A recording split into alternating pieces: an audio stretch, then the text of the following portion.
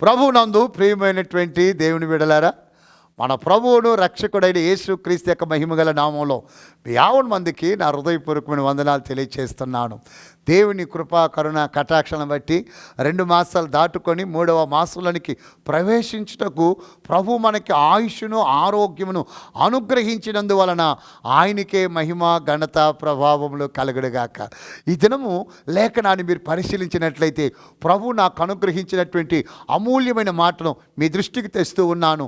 యోబు గ్రంథము 8వ అధ్యాయం 22వ వాక్యాన్ని గమనిస్తూ ఉన్నప్పుడు, అయితే ఇంకను ఆయన నీకు నోటి నిండా నవ్వు కలుగు చేయును, ప్రహర్షముతో నీ పెదవులను నింపును. నా ప్రీతమ దేవుని బిడలారా, గతించిన దినాలలో నీ నోటి నిండా నవ్వు ఉన్నదా? సొలొమోను అన్నట్టు కొందరు నవ్వుతూ ఉన్నట్టు ఉండినను వారి హృదయములో దుఃఖముండును. అయితే ఈ మాసమునకు దేవుడు మనకు అనుగ్రహించిన తన లేఖన భాగాన్ని మనం చూచినప్పుడు చక్కగా తెలియచేస్తున్నాడు. నీ నోటి నిండా శ్రీమంతుడకు దేవుడు నవ్వుతో నింపబోతున్నాడు. నటన నవ్వు కాదు, నిత్యముగా అద్భుతమైనటువంటి నవ్వు, నిజమైన నవ్వుతో నీ నోటి నిండా నిన్ను నింపి పరవశింపజేయబోతున్నాడు. అంత మాత్రమే కాదట, నీ పెదవులను ప్రహర్షముతో నింపబోతూ ఉన్నాడు. నీ పెదవులలో ప్రహర్షాన్ని అంటే మహదానందాన్ని నింపబోతూ ఉన్నాడట. నిజంగా ఎన్ని పోరాటాల మధ్య, ఎన్ని సమస్యల మధ్య నీ జీవితంలో చిరునవ్వుకు కూడా చోటు లేకుండా, ఎప్పుడు కూడా ఎటు తిరిగినా ఎటు పోయినా ఒక సమస్య అంటూ కన్నీటిమయముగా కనబడిన నీ జీవితములో నా ప్రియమైన దేవుని బిడ్డలారా, వాక్యపు వాగ్దానంగా ప్రభు మాట్లాడుతున్న ఈ మాటలను మీరు గమనించగలిగినట్లయితే ఇప్పటి వరకు నవ్వు లేని నీ జీవితంలో దేవాతి దేవుడు నవ్వు నింపబోతున్నాడు.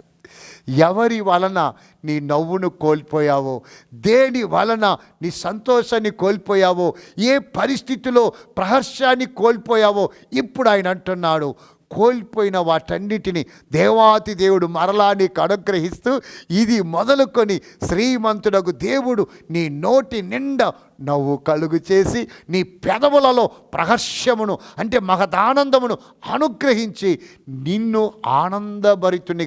ఆనందభరితురాలుగా చేయబోతూ ఉన్నాడు. కాబట్టి నవ్వండి.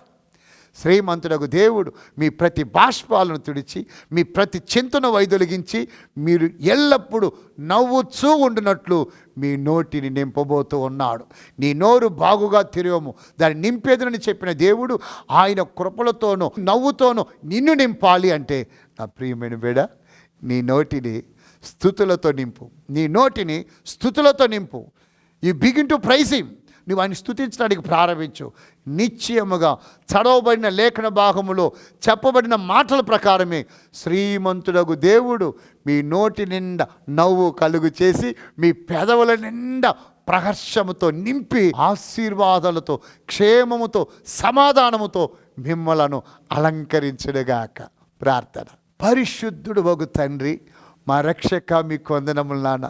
నీ దాసులు, నా ప్రియ బిడ్డలు నవ్వాలి అనుకున్న నవ్వే కరువైపోయిన నీ దాసుల యొక్క జీవితాలలో, కన్నీటితో నింపబడిన నీ బిడ్డల యొక్క జీవితంలో నేడు మీరు మాకిచ్చిన వాక్కును బట్టి అయ్యా, నీ దాసులకు నా ప్రేక్షకులను, నా పిల్లలను ప్రభా, వారి నోటి నిండా నవ్వును కలుగు చేసి, వారి పెదవులను ప్రహర్షముతో నింపి, మీ వాక్యానుసారముగా నీ దాసులకు నా ప్రియ బిడ్డలను మేలు చేత, కృపల చేత అలంకరించి, కృపాక్షేమములు వారి వెంట ఉండినట్లు శాసించి మహిమందమని క్రీస్తు యేసు యొక్క మహిమగల నామమున ప్రార్థించి వేడుకుంటున్నాను తండ్రి.